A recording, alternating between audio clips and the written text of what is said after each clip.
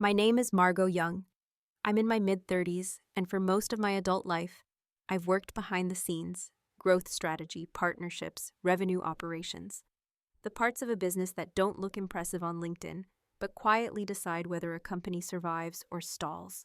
People usually don't know what to make of me at first. I'm not aggressive. I don't dominate rooms. I don't speak unless I've already done the math. That tends to confuse people who expect confidence to announce itself loudly.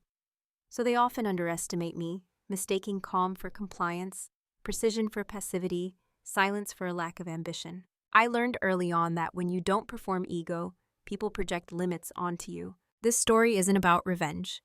It isn't about exposing villains or delivering dramatic one-liners in boardrooms.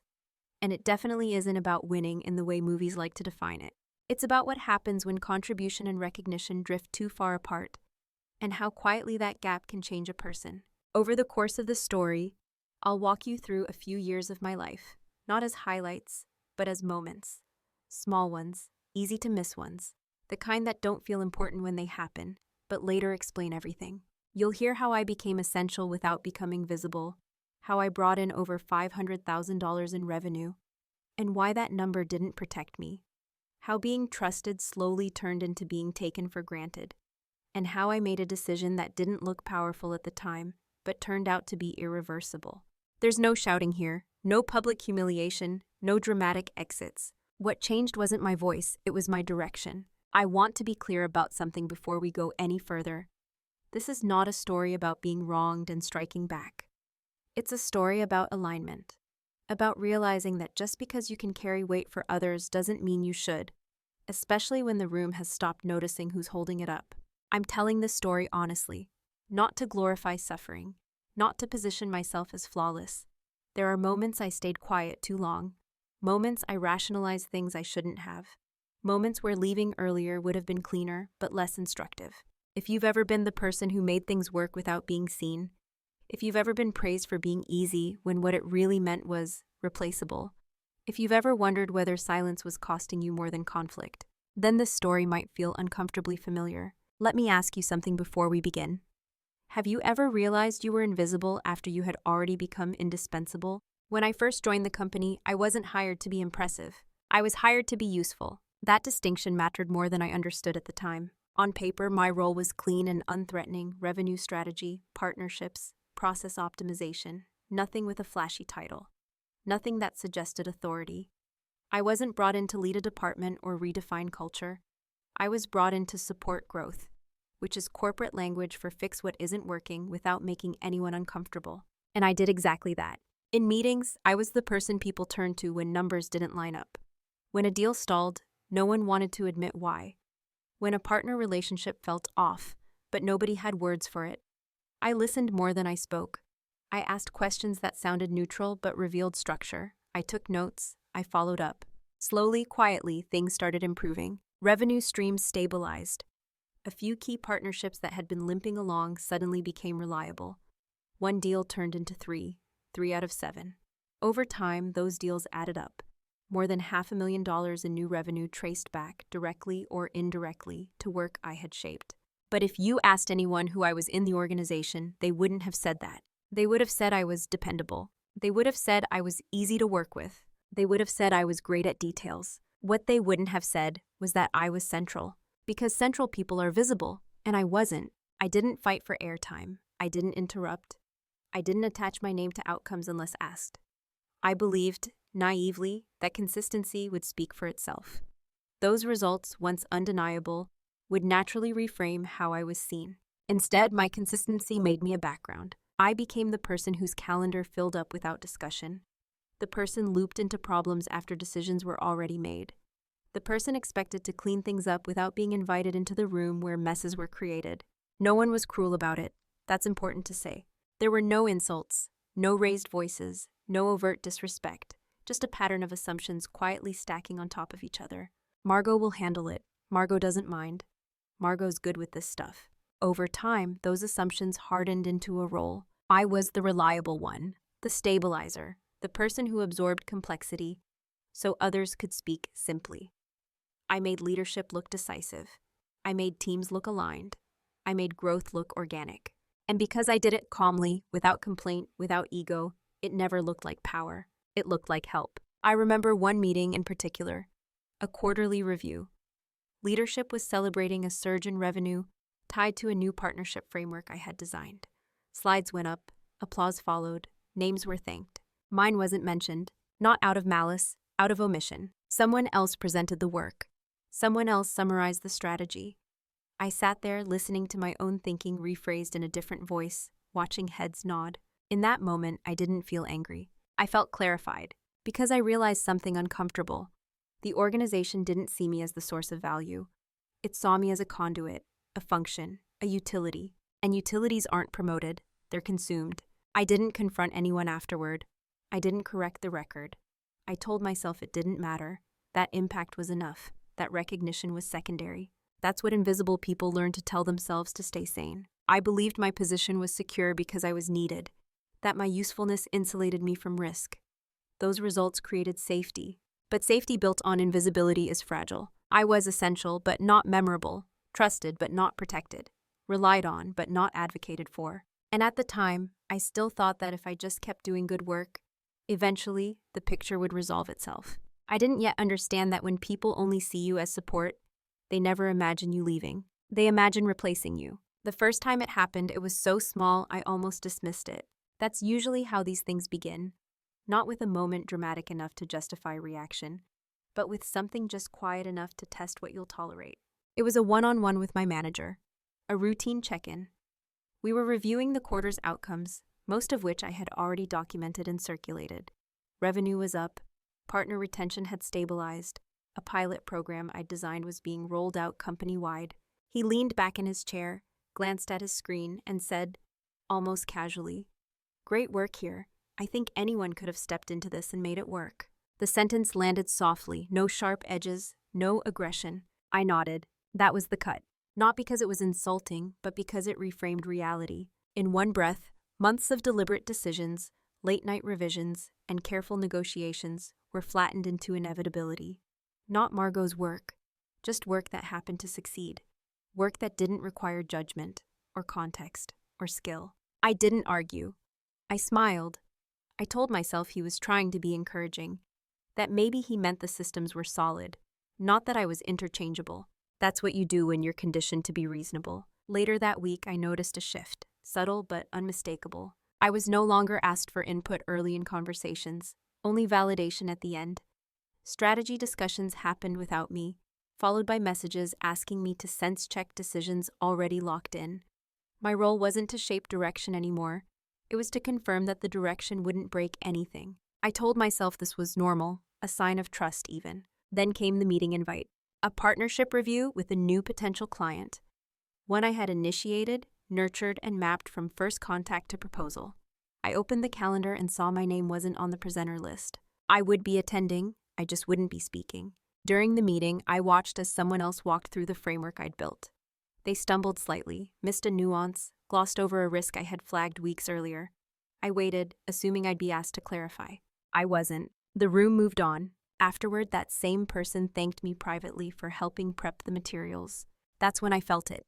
Not anger, not embarrassment. Disorientation. Because the rules had changed without announcement. I hadn't been demoted. I hadn't failed. I hadn't pushed back or overstepped. And yet something had shifted in how my presence was interpreted.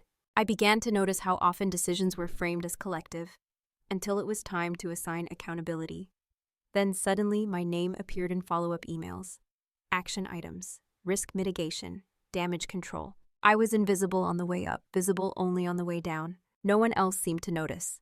Or if they did, they didn't register it as meaningful. Don't overthink it, a colleague said when I mentioned feeling sidelined. They trust you, that's why they rely on you. Trust and reliance aren't the same as respect. But it took me some time to understand that. At the time, I internalized it as a phase, a blip, something to outwork. I doubled down. I refined processes. I anticipated questions before they were asked. I made it easier for others to look competent. I absorbed friction so meetings stayed smooth.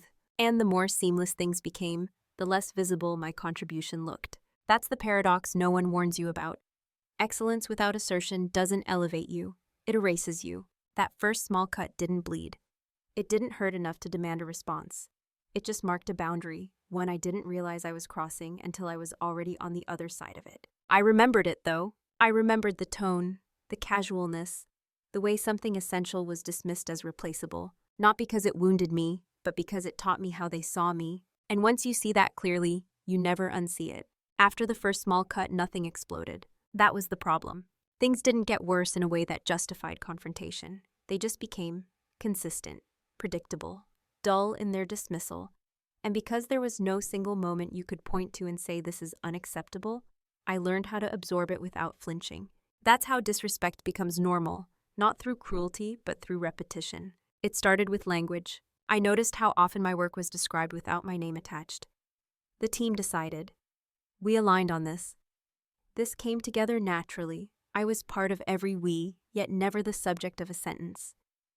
My contributions were blended into a collective until they lost shape. Then came the assumptions, that I would be available, that I would say yes, that I would fill the gaps quietly. Deadlines were set without checking my capacity. Scope expanded without discussion. When something went wrong, eyes drifted toward me, not with accusation, but with expectation. As if course correction was simply part of my personality, I told myself this was leadership adjacent, that this was proximity to influence. It wasn't, it was convenient. What made it harder to challenge was that everyone was pleasant. People thanked me, smiled, asked how my weekend was, complimented my calm energy. On the surface, there was no hostility to push against, just a steady erosion of agency disguised as collegiality. I began to notice how often my ideas landed differently depending on who voiced them. If I said something in a meeting, it was noted. If someone else repeated it 10 minutes later, it was praised. Not stolen, reframed, polished by a louder voice and received as insight. I watched this happen enough times that I stopped reacting. That's another step in normalization when surprise fades. I adjusted my expectations downward and called it maturity. I told myself that not everyone needs credit, that real power doesn't need recognition, that ego was loud, and I was above that. But beneath those rationalizations was something quieter and more corrosive: resignation. I began editing myself before speaking, not because my ideas weren't good, but because the cost of voicing them felt higher than the benefit. I'd already seen how easily they could be redirected or diluted. Silence became efficient, and efficiency is seductive when you're tired. There was a moment, small again, when I realized how far I'd drifted from myself. A junior colleague came to me with a question about a process I'd designed. They were confused about why a certain step existed. I explained the reasoning, the trade-offs, and the risks it mitigated. They listened, nodded, and said, "Oh, I didn't realize you designed this." It wasn't an insult, it was curiosity. But it hit harder than anything else had, because it meant the story of my work had already been rewritten. Quietly, thoroughly, without resistance. My role had been abstracted. My authorship has been removed. Even the people relying on my systems didn't see me as the mind behind them. I laughed it off, of course I did. That's what people like me do. We soften moments that threaten to harden into truth. I kept telling myself this was temporary, that once the next promotion cycle came around, things would rebalance, that leadership would connect the dots. But deep down, I knew better. Promotions go to people who are visible, not essential, and I had made myself invaluable in the most forgettable way possible. I wasn't overlooked by accident. I was overlooked by design, mine, by staying agreeable, by not correcting the record, by absorbing instead of asserting. And because the disrespect never arrived as an attack, I couldn't treat it like one. I treated it like the weather, something to dress in, something to endure. I normalized it. I even defended it. When friends asked why I wasn't pushing harder, I said I liked where I was. I preferred impact over title, that I didn't need validation. Some of that was true, but not all of it. What I didn't say, what I wasn't ready to admit, was that I was afraid. Afraid that if I spoke up, I'd be labeled difficult. Afraid that if I named the pattern, it would become undeniable and require action. Afraid that I'd discover how little leverage I actually had. So I stayed quiet, and in doing so, I taught everyone around me exactly how to treat me. It took me longer than I'd like to admit to realize that I wasn't just being overlooked. I was being placed, not consciously, not maliciously, but deliberately all the same. Organizations don't leave productive people undefined for long. They assign roles the way water finds shape, filling whatever space is easiest, most efficient, least resistant. And because I never resisted, my shape became obvious to everyone but me. I was the reliable one, Not the visionary, not the decision maker, the closer, the fixer. The person you call after the meeting to make the meeting real. My job wasn't to influence direction. It was to ensure direction didn't fail. Once I saw that clearly, I couldn't unsee it. I noticed how leadership spoke about me when I wasn't in the room. Not with admiration, but with certainty. Margot will take care of it. She's great with the details. She doesn't need much oversight. Those sound like compliments. They are, in isolation. But together, they form a cage. Because people you see as reliable are not people you imagine evolving. You don't stretch them. You don't challenge them. You don't worry about losing them because you've already reduced them to function. I wasn't being groomed for growth. I was being optimized for output. My calendar reflected it. Back-to-back execution meetings, cleanup calls, postmortems, where my role was to translate chaos into action items. Strategy sessions happened elsewhere, with people whose job it was to talk, not to carry. And the more competent I proved myself, the more entrenched my role became. I was the person others leaned on, so they could take risks without consequences. If something went wrong, I'd catch it early. If something drifted, I'd realign it. I was the safety net. No one thinks the safety net while they're walking the wire. There was a moment when this crystallized. A senior leader asked me to stay late to help tighten up a proposal. I had already reviewed it twice. I flagged the same concern again, something that could jeopardize the partnership long term. He waved it off. We'll deal with that later. Right now, we just need this to land. An hour later, after he'd left, I fixed it anyway. Quietly, cleanly, without telling anyone. The next day, the proposal was praised for its clarity and foresight. No one asked who made the change. And that's when I understood the role I'd been assigned. The invisible hand that makes leadership look competent. I wasn't expected to push back. I was expected to smooth over, to make things work even when they shouldn't. I became aware of how often I was asked to just handle it instead of being included in the decision itself. How my opinions were sought only after outcomes were already chosen. How my judgment was trusted, so long as it stayed downstream. Upstream power belonged to others. And here's the part that's hardest to admit.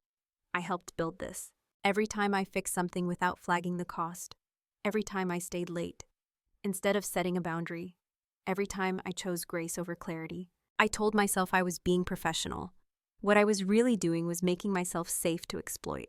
Not intentionally, but effectively. I had become useful in a way that didn't threaten anyone's identity. I made no one insecure. I challenged no narratives. I fit perfectly into the role of the woman who makes things work without asking for space. Reliable, useful, invisible. Once a role like that solidifies, it doesn't loosen on its own. And I was just beginning to sense that the longer I stayed inside it, the harder it would be to step out, no matter how much value I continued to create. There was no argument, no raised voices, no dramatic line in the sand. The day something shifted looked exactly like every other day. That's what made it dangerous. It was a Tuesday. Overcast. The kind of gray morning Seattle specializes in. Light without warmth, movement without momentum. I arrived early as usual, coffee in hand, notebook open, a list of things I already knew I would finish before anyone else noticed they needed doing. The meeting that triggered it wasn't even important. A routine leadership sync. 30 minutes on the calendar. Agenda circulated late. Half the room is distracted.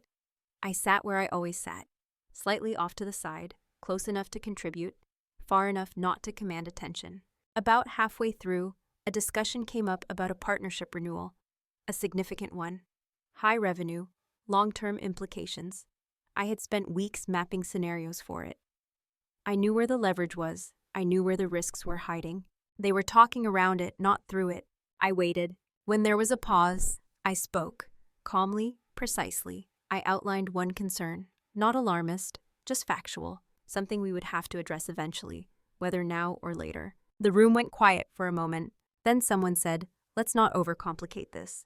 And the conversation moved on. No one looked at me. That was it. That was the moment. Not because they disagreed, but because they didn't engage.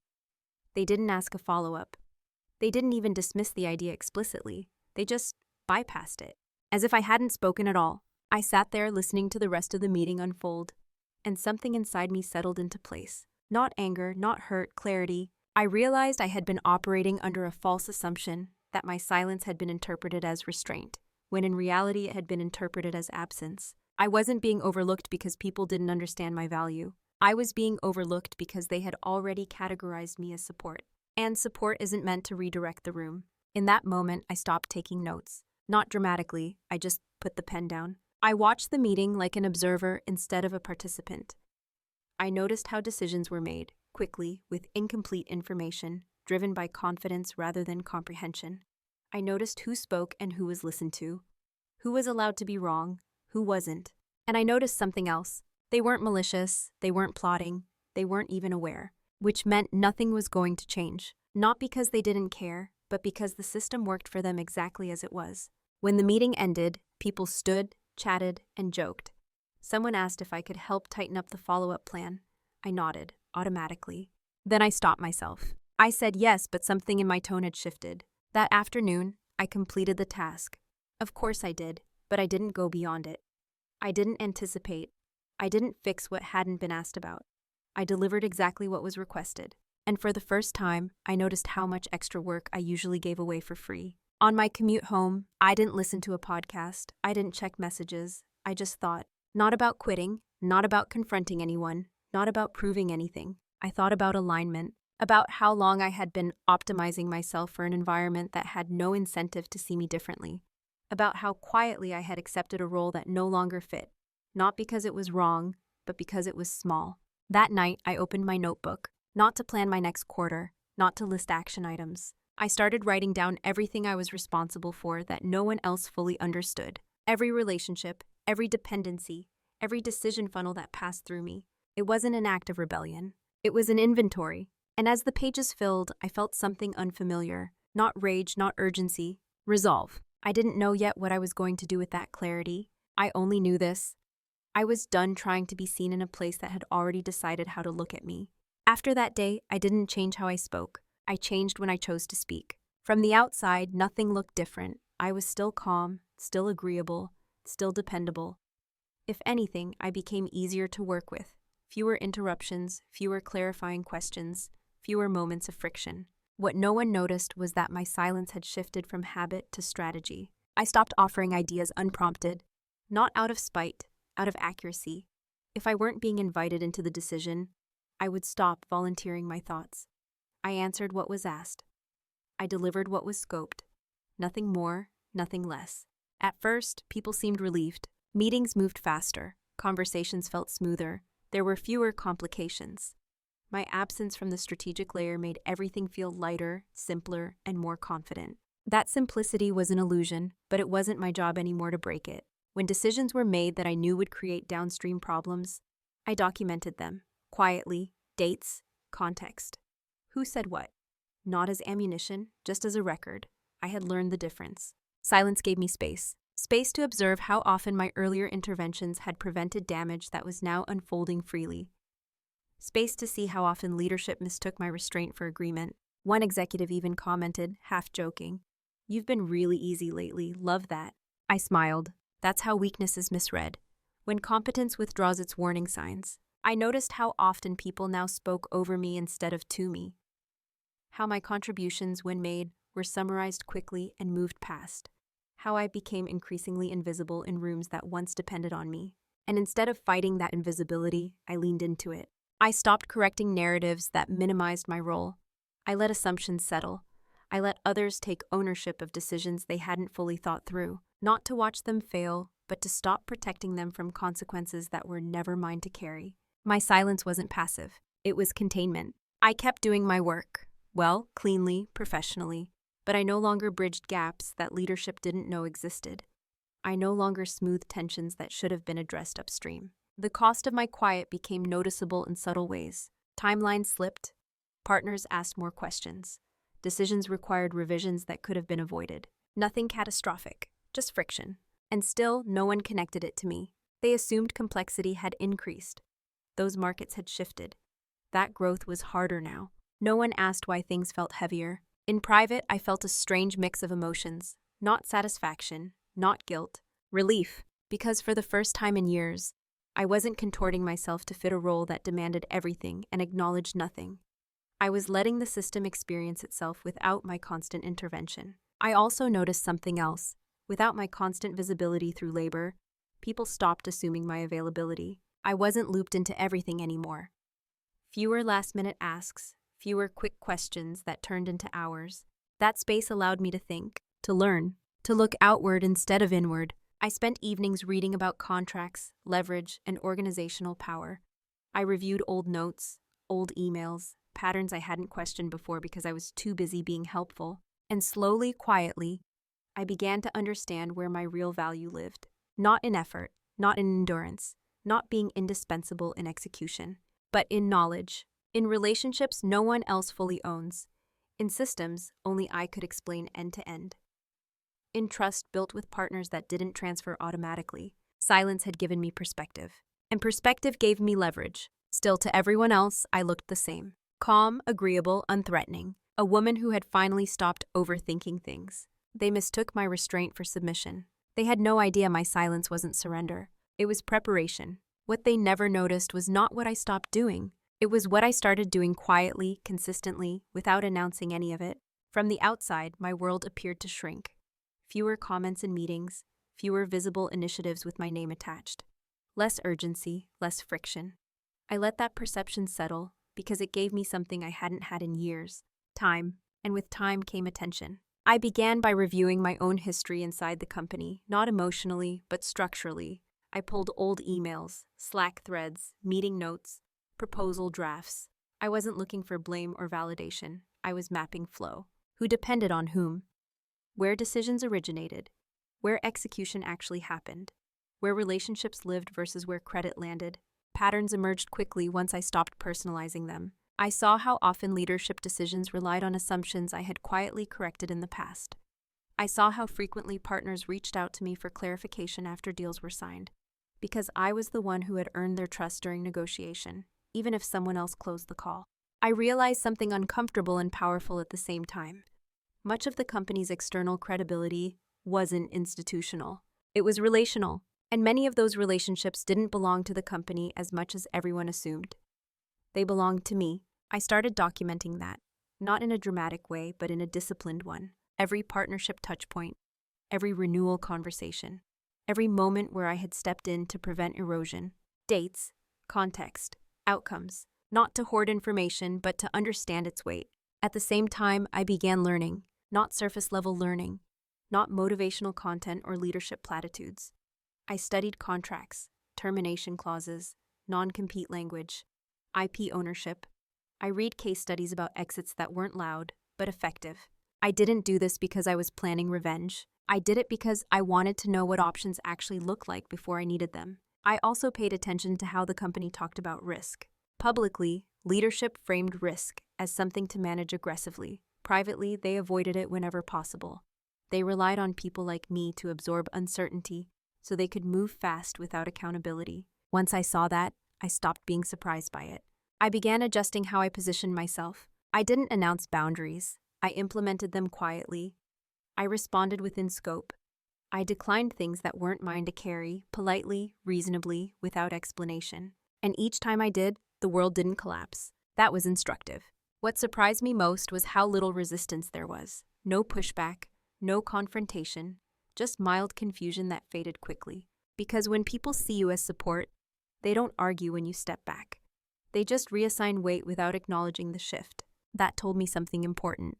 My leverage wasn't in confrontation. It was in withdrawal. I also started paying attention to how leadership spoke about the future. Growth plans, expansion, new markets. Plans that assumed continuity, assumed stability, assumed people like me would always be there to make the leap safe. I never corrected those assumptions. Instead, I began having quiet conversations. Outside the building, outside the org chart.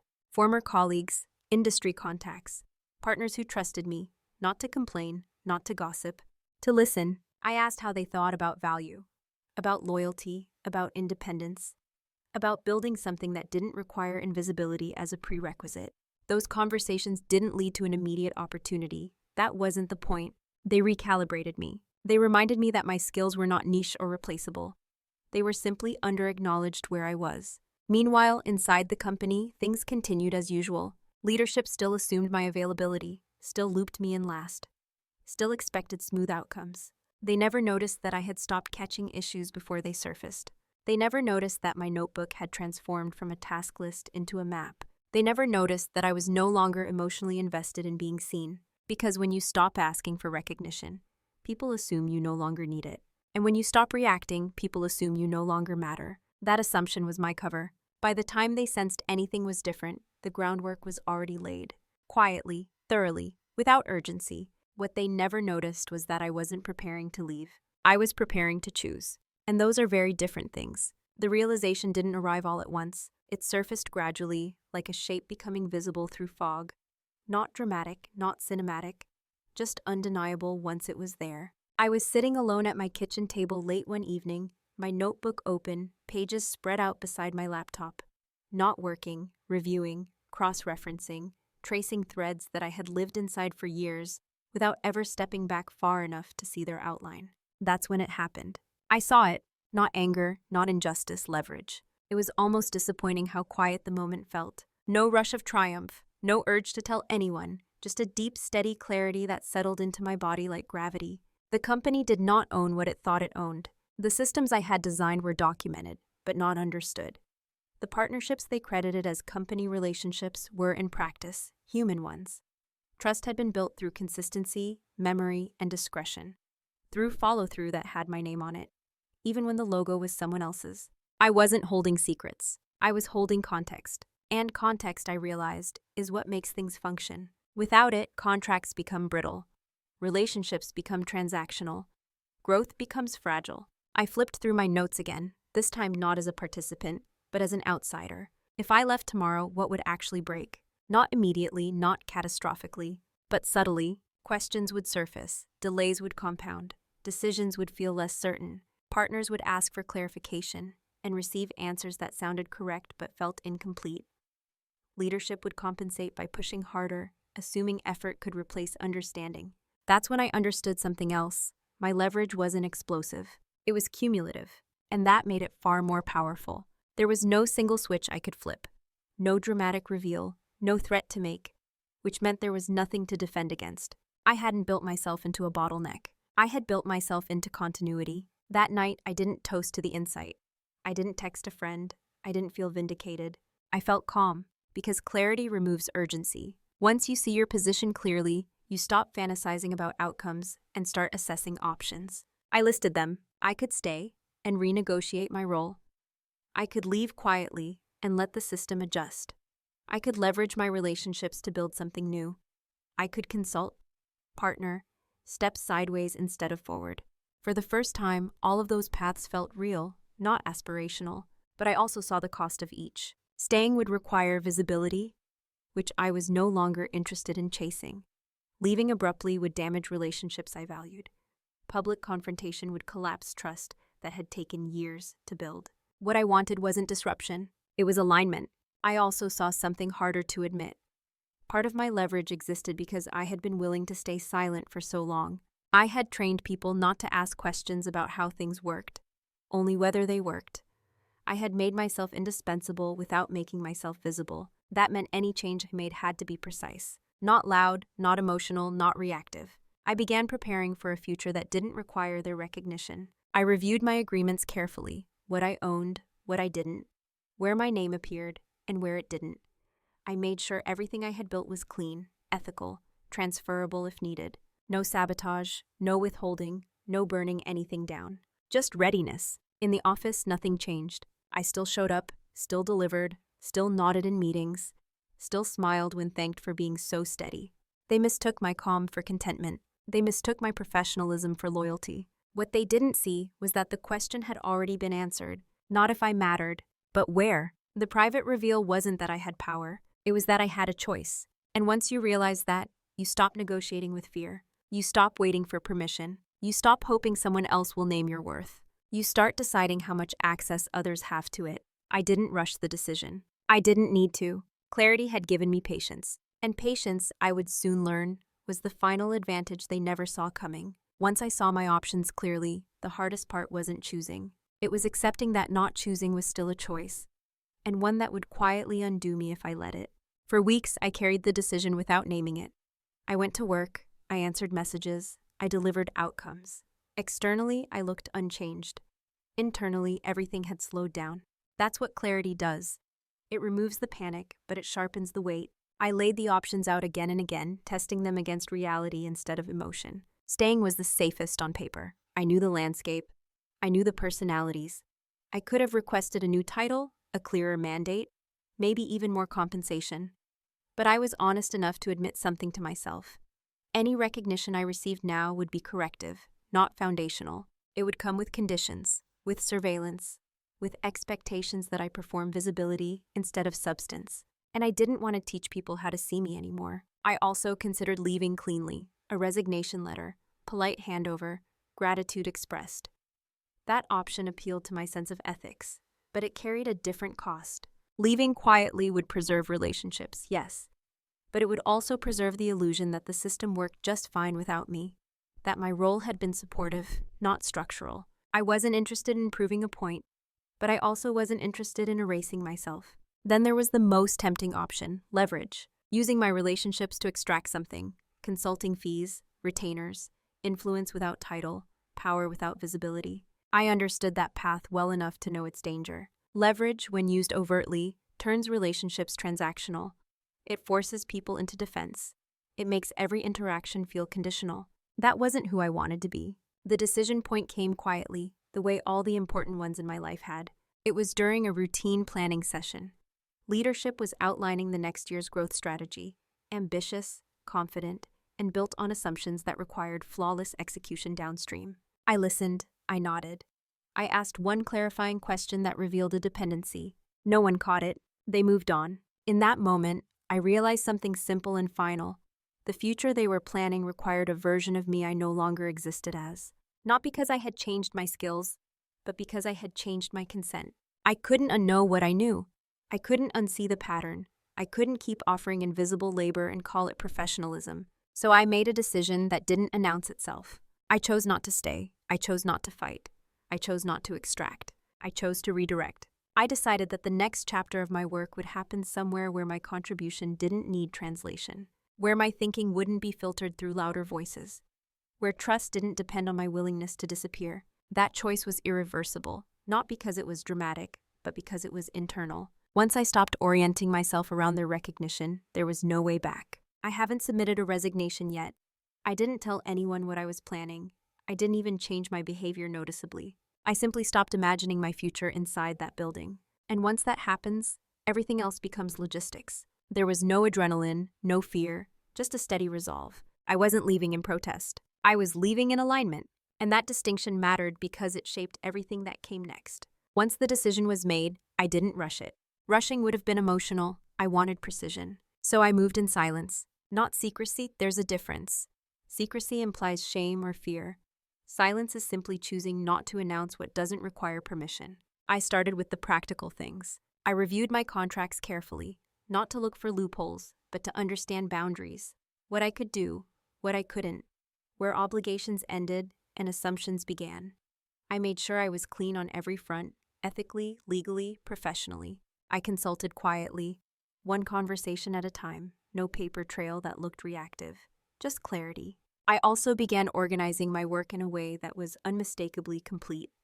Documentation tightened, handoffs clarified, nothing rushed, nothing sloppy. I wasn't preparing to vanish. I was preparing to exit without chaos. That mattered to me, not because the company deserved protection, but because my integrity did. At work, I became almost bored. Predictable, responsive, focused, no visible disengagement, no hints of transition. I met deadlines. I closed loops. I even volunteered for a few things that were clearly within scope. They relaxed. People always relax when you look stable. Behind the scenes, I did something else. I began separating identity from environment. I updated my personal materials, not aggressively, not aspirationally, just accurately. I reframed my work in my own language, without minimizing it to fit anyone else's comfort. I named my contributions the way I would if no one in my company were listening. That alone changed something in me. I reached out to contacts I trusted, not with announcements, but with curiosity. I asked how they were thinking about growth, about partnerships, about building sustainably without burning people out. Those conversations felt different now. Not hungry, not tentative, grounded. I also got my finances in order, not because I was planning for catastrophe, but because freedom requires margin. I reduced unnecessary commitments, built a buffer, made sure my life didn't depend on a paycheck that came from a place I was preparing to outgrow. At the office, leadership continued planning as if nothing had shifted. They talked about the next quarter, next year, long-term roadmaps. They assumed continuity, and I let them. Not because I wanted to surprise anyone, but because nothing had changed yet. Silence isn't deception when the truth hasn't arrived. I noticed how often people deferred decisions to me less now. How my quiet withdrawal from overfunctioning had already altered the system slightly. They were compensating without knowing why. Still, no one asked questions. No one checked in. That told me everything I needed to know. The final step was internal. I practiced letting go of the need to be understood. That's harder than it sounds. We like to believe clarity will be rewarded, that if we explain ourselves well enough, the right people will finally see us. But explanation is a form of attachment. I was done explaining. I didn't rehearse speeches. I didn't imagine confrontations. I didn't fantasize about vindication. I focused on timing, because timing is the difference between drama and consequence. When you move too early, people adapt. When you move too late, you burn out. But when you move at the right moment, the impact speaks without noise. And so I waited, not passively, patiently, doing my job, closing my loops, preparing the ground for a transition that hadn't been announced, but was already inevitable. To them, nothing had changed. To me, everything had. And that asymmetry, the difference between what they assumed and what I knew, was the quiet power that carried me into what came next. The consequences didn't arrive like a wave. They came like a slow change in the weather, barely noticeable at first, easy to blame on anything else. I noticed it before anyone said anything. Emails that used to be answered quickly began looping. Partners asked the same questions twice. Small misunderstandings required longer explanations. Decisions that once moved smoothly now stalled. Not dramatically, just enough to feel heavier. Still, no one panicked. At first, leadership chalked it up to growth pains, market conditions, timing, the usual explanations. When systems are used to being stabilized quietly, people assume friction is external when it finally appears. I stayed calm. I continued doing exactly what I was responsible for. No more, no less. And that's when the gap began to show. Because what I had withdrawn wasn't an effort. It was anticipation. Problems that I used to intercept early now surfaced publicly. Not as failures, just as delays, revisions, clarifications. Each one is small enough to ignore on its own. Together, they created a pattern no one could quite name. I watched it unfold with a strange sense of distance. Not satisfaction, not vindication. Recognition. People began compensating in ways that revealed how much invisible labor had been masking the system's fragility. Meetings got longer, more people were looped in, decisions were revisited. Leadership spoke more often about alignment and clarity, without identifying where either had gone missing. I was still there. That's the part that confused them. I hadn't left. I hadn't disengaged. I hadn't failed. And yet things felt harder. A partner reached out directly one afternoon, not with a complaint, just confusion. They wanted to confirm something that had always been straightforward before. I answered carefully, within scope, without filling in the blanks I used to cover instinctively. After the call, they emailed someone else to follow up.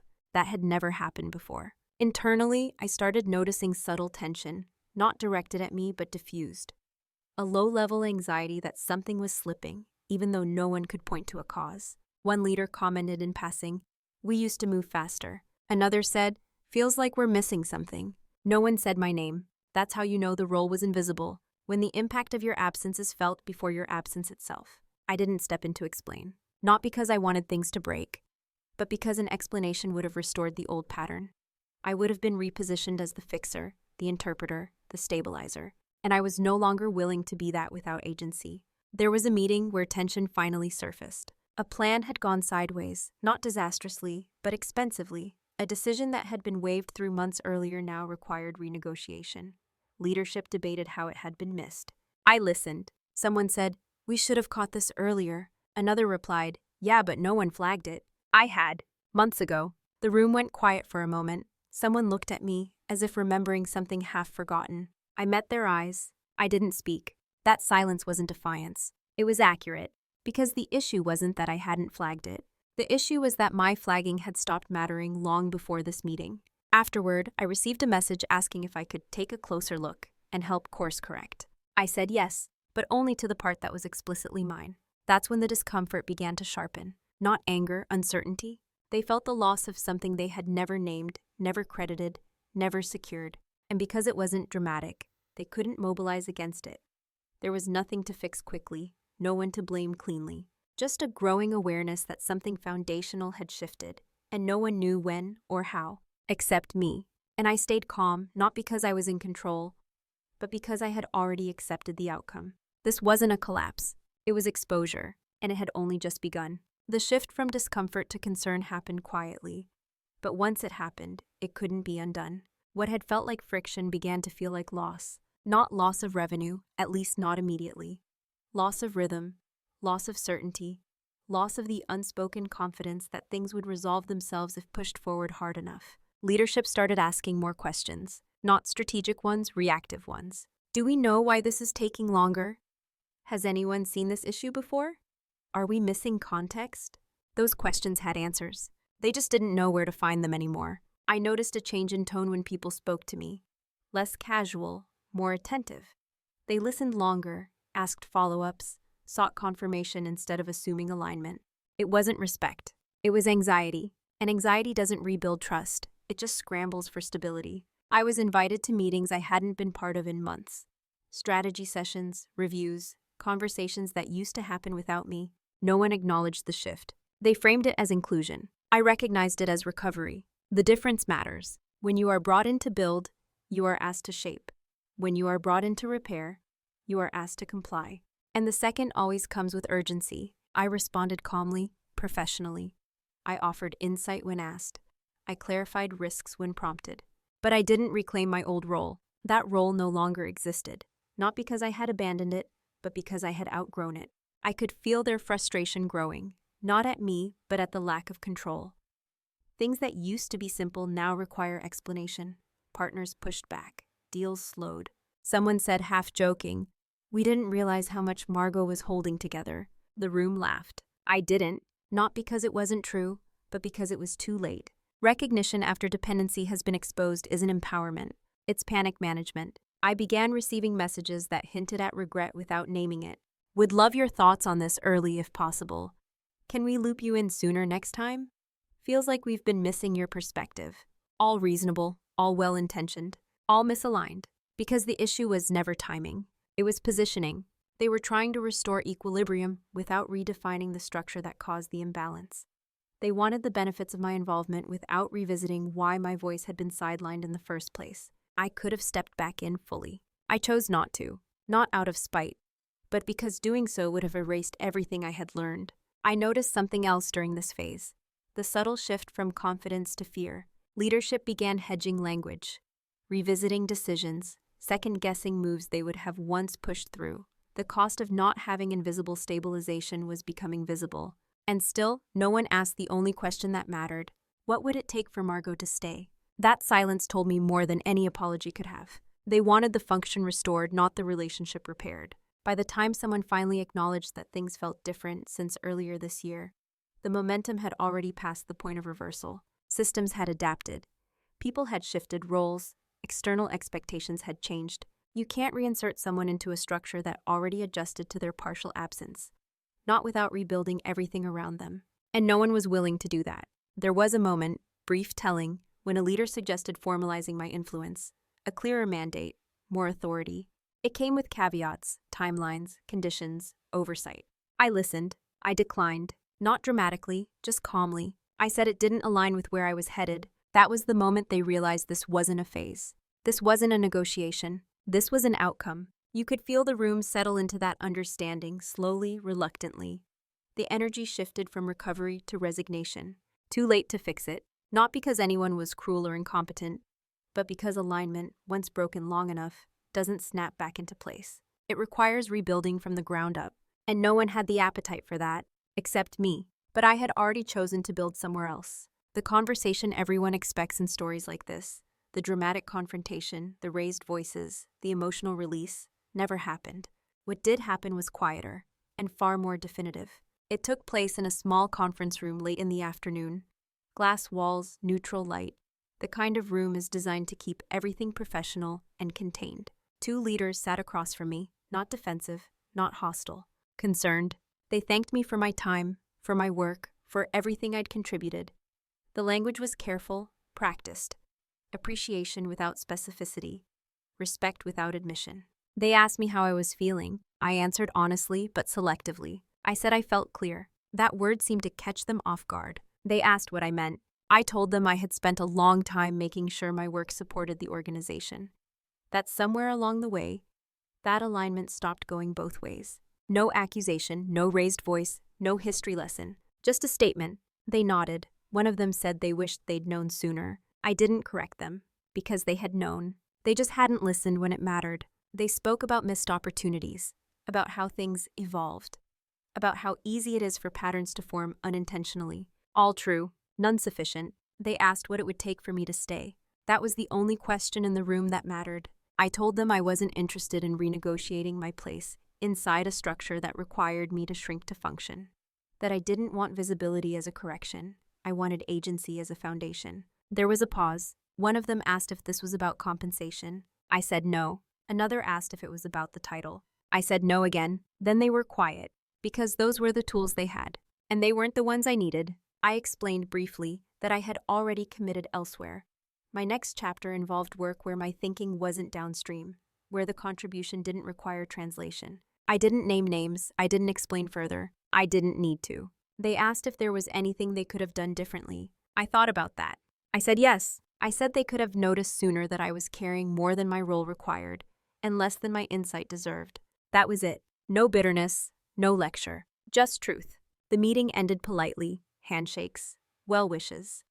The kind of closure that looks clean from the outside. When I walked out of the building that day, I didn't feel victorious. I felt light, not because I had won, but because I had stopped negotiating my worth with people who only understood it in hindsight. There were no emails sent afterward asking me to reconsider. No last-minute offers, no dramatic reversals. That told me the conversation had landed exactly where it needed to. They respected my decision, but they didn't fully understand it.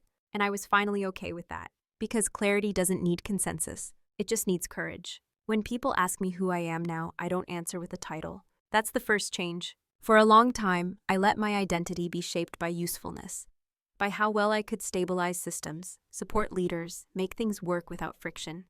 I measured my value by how little trouble I caused, how much weight I absorbed. I don't do that anymore. Now I define myself by alignment. I work in a place where my thinking enters the room at the same time I do, where questions are welcomed early, not retroactively, where my silence is interpreted as deliberation, not compliance, and most importantly, where I am not required to disappear in order to belong. This didn't happen overnight. Leaving didn't magically erase old instincts. There were moments, early on, when I almost slipped back into overfunctioning, when I caught myself anticipating problems that weren't mine to solve, when I softened my voice out of habit instead of choice. But awareness is a powerful interruption. Each time I noticed myself shrinking, I corrected, not with force, but with presence. I speak when it matters. I pause when it doesn't. I no longer confuse being calm with being small. What surprised me most was how little bitterness I carried forward. I thought I might feel anger once distance gave me perspective. Instead, I felt understanding, not justification, but comprehension. I can see now how easily organizations confuse reliability with replaceability. How often do they reward visibility over substance? How systems quietly lean on people who don't demand attention until those people step away. I don't resent the version of myself who stayed quiet. She was surviving with the tools she had, but I don't live there anymore. Now, I choose environments that don't require endurance as a qualification. I choose collaborators who don't need me to be convenient to feel secure. I choose work that expands when I contribute, rather than compresses. I also choose rest differently. Rest without guilt, rest without explanation, because I no longer equate exhaustion with commitment. Sometimes I think about the people I left behind, not with superiority, but with clarity. I hope they learned something from my absence, even if they never fully named it. But whether they did or not no longer defines me. What defines me now is this. I know where my value lives, and I don't place it where it has to beg for oxygen. I am still calm, still analytical, still steady, but I am no longer invisible. And I don't need to be seen by everyone, only by the right ones. That is who I am now. There's a version of this story that ends with a lesson about companies, about leadership failures, about systems that exploit quiet competence, about how recognition often lags behind contribution. All of that is true, but it's not the moral I carry with me. The real lesson wasn't about them. It was about me. For a long time, I believed that doing excellent work was enough. If I stayed ethical, consistent, and generous with my effort, the right people would eventually notice. That silence was a form of dignity, that being low maintenance was a virtue. What I didn't understand was that systems don't interpret silence as strength. They interpret it as consent. Consent to take more. Consent to listen less. Consent to define you narrowly, as long as you keep functioning inside the box they've built. No one sat me down and decided to undervalue me. That's important to say. I participated in my own erasure by believing that worth would be recognized automatically, instead of being positioned intentionally. This story isn't about being fired, even though I was.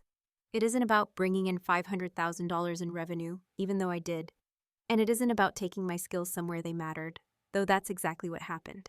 It's about the quiet moment when you realize that loyalty without alignment is just endurance. And endurance over time becomes self-betrayal. What changed my life wasn't anger. It wasn't a confrontation. It wasn't revenge. It was clarity. The clarity that my skills were real, transferable, and valuable, but only if I stopped offering them to environments that required me to disappear to be accepted. I didn't burn bridges. I didn't expose anyone. I didn't demand apologies. I simply stepped out of a system that benefited from my silence and into one that respected my presence. If there's one thing I hope you take from this, it's this. Being indispensable is not the same as being valued. Being needed is not the same as being respected. And being calm does not mean you are small. Sometimes, the most powerful move you can make isn't a louder effort or sharper words. It's choosing where you no longer give your best energy. Because when you stop trying to be understood by people who benefit from misunderstanding you, something incredible happens. You finally hear yourself clearly, and that clarity will always lead you somewhere better. Before we end, I want to ask you something, and I'd genuinely love to hear your answer in the comments. Have you ever realized that the place you were most reliable, was it also the place where you were slowly disappearing? If you have, you're not alone.